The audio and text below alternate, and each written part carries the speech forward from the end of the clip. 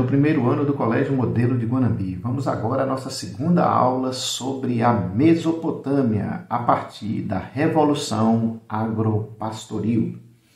Muito bem, o desenvolvimento das antigas civilizações da Mesopotâmia foi fruto da Revolução Neolítica, ou seja, a Revolução Agrícola.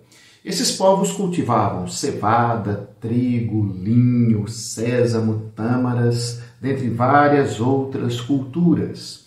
Construíam diques, barragens e canais de irrigação, já que boa parte dessa produção era fruto da irrigação das margens dos rios Tigre e Eufrates.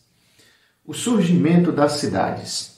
A junção de algumas aldeias deu origem às primeiras cidades.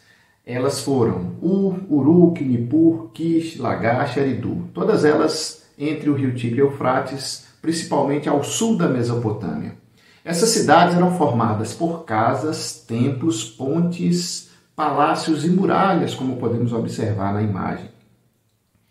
Centros de poder. Muito bem, todas essas cidades acabavam acumulando um poder sobre toda a região, inclusive agrícola próxima, porque cada cidade, inclusive, tinha um poder mais político e religioso, apesar da maioria da população viver na zona rural. Nesse sentido, nós vamos falar sobre os sacerdotes e os templos, ou seja, o poder religioso naquela época. Os povos da Mesopotâmia, como sabemos, eram politeístas, ou seja, adoravam vários deuses. Acreditavam que, depois de mortos, o espírito das pessoas ia para um mundo inferior, um lugar sem retorno. E não havia possibilidade de melhoras após a morte, ou seja, era melhor ficar vivo. As cerimônias religiosas eram dirigidas por sacerdotes ou sacerdotisas. Mulheres também atuavam nesse sentido. E geralmente era um culto a um determinado deus. Apesar de terem vários, eles se dedicavam a um. Era comum as cidades terem um deus protetor e era comum os sacerdotes também exercerem atividades econômicas. Devido às ofertas recebidas, os sacerdotes acumulavam muita riqueza. Eles também foram responsáveis por influenciar muito as decisões políticas, econômicas da época. Para controlar toda essa riqueza que eles tinham, os sacerdotes desenvolveram um sistema de escrita e numeração, como podemos ver aqui. Portanto, era necessário você ter uma forma eficiente de administrar tudo isso. Outro centro de poder importante era o rei e o palácio. Ao longo do terceiro milênio a.C., já existia a figura do rei, que se tornou o principal centro de poder político nessa região e em várias outras partes do mundo. Há várias hipóteses que explicam essa concentração de poder nas mãos do rei. A primeira delas é que provavelmente o principal líder político das antigas vilas neolíticas foi acumulando tanto poder ao ponto de se transformar no líder maior, ou seja, no rei. O rei e seus funcionários também controlavam, lógico, boa parte da riqueza de cada cidade-estado ou de cada império criado. A população era obrigada, logicamente, a prestar serviços como forma de pagamento de impostos e tal, e também a fornecer parte do que produziam. Política e religião. Mesmo havendo uma separação entre o rei e o sacerdote, a religião sempre foi utilizada para justificar o poder do rei. De uma maneira geral, o rei e o sacerdote caminhavam juntos nesse sentido, porque o rei era um representante do Deus aqui na terra, ou dos deuses aqui na terra. Ele era a ligação entre os deuses e as pessoas. O domínio babilônio. Apesar da independência das cidades-estados da Mesopotâmia, as mais fortes, como a cidade de Akkad, Babilônia, Assur, impuseram seu domínio sobre as demais, criando, como nós vimos anteriormente na outra aula, vários impérios. Foi o caso da expansão promovida pelo rei da Babilônia, Hammurabi. Alguns traduzem como Hammurabi mesmo.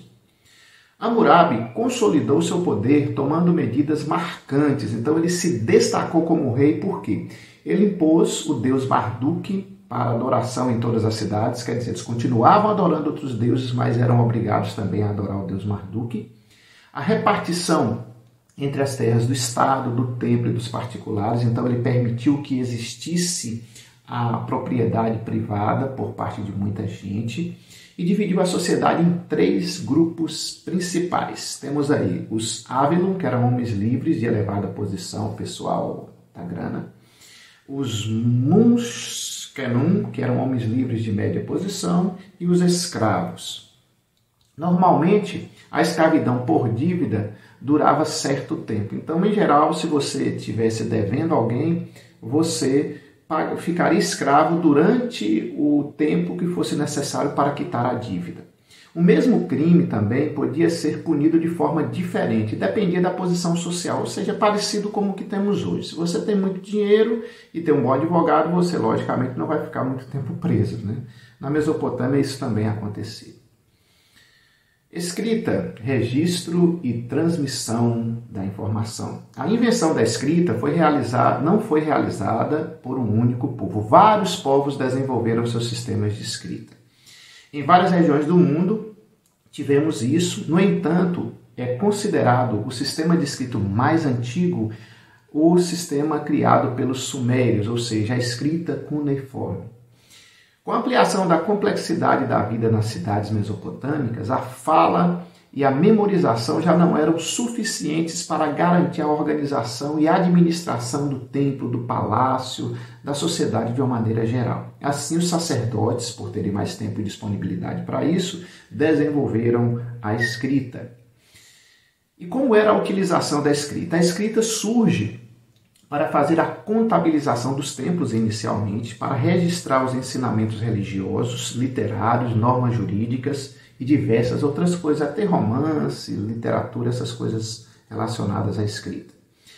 A transformação da escrita suméria, então ela surgiu e com o passar do tempo ela foi se modificando. Então a escrita cuneiforme, inicialmente ela foi pictográfica, onde havia desenhos e objetos que representavam o que se pensava, como nós observamos nessa imagem aí.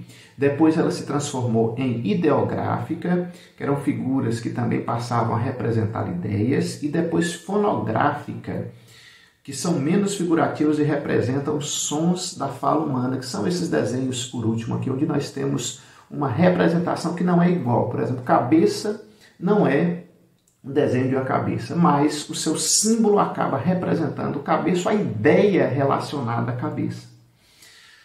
O direito dos primeiros códigos jurídicos. Foi na Mesopotâmia que se estabeleceu os primeiros códigos jurídicos escritos pela humanidade. Seu maior destaque foi o famoso Código de Hammurabi, que reuniu normas sobre diversos temas, como homicídio, lesões corporais, roubos, questões comerciais. Então era um código de leis bem amplo que agia sobre as diversas formas de ação da sociedade como forma de controlar e de manter a ordem social. Seus artigos apresentavam casos específicos que também serviam de padrão para outros casos parecidos. Exemplos do Código de Hammurabi, temos 3 apresentados pelo livro. Por exemplo, se um homem bater em seu pai, terá sua mão cortada. Se o médico tratar da ferida grave de um homem com punção de bronze e ele morrer, terá suas mãos decepadas. Se um homem roubar um boi, ovelha, asno, porco ou um barco que pertence ao templo ou ao palácio, o ladrão terá que devolver 30 vezes o valor roubado. Então são alguns exemplos do Código de Hammurabi. Mas o maior destaque desse código vai ser o princípio de talião, de onde deriva a palavra retaliação. Qual é o princípio ou lei de talião? Estabelece que uma pena não pode ser uma vingança arbitrária e desmedida, mas proporcional à falta cometida. Então, a lei de talião ela prima pela justiça, por não haver prejuízo de ambas as partes. É aquela velha história que representa a lei de talião, o olho por olho e o dente por dente. Assim fazia-se justiça por meio de uma retribuição proporcional ao crime cometido. O Código de Hammurabi também diz que a pena pode ser substituída por um pagamento. Por exemplo, se eu, por acaso, cometer algo que venha matar um escravo de uma pessoa que eu conheço, eu posso indenizar essa pessoa no valor do escravo que eu tenha dado prejuízo ou de objeto ou de qualquer outra coisa. Ok, gente? Essa foi nossa segunda e última aula sobre a Mesopotâmia. Então, temos aqui a revisão do conteúdo de nosso teste que teremos após o retorno. Até mais, galera!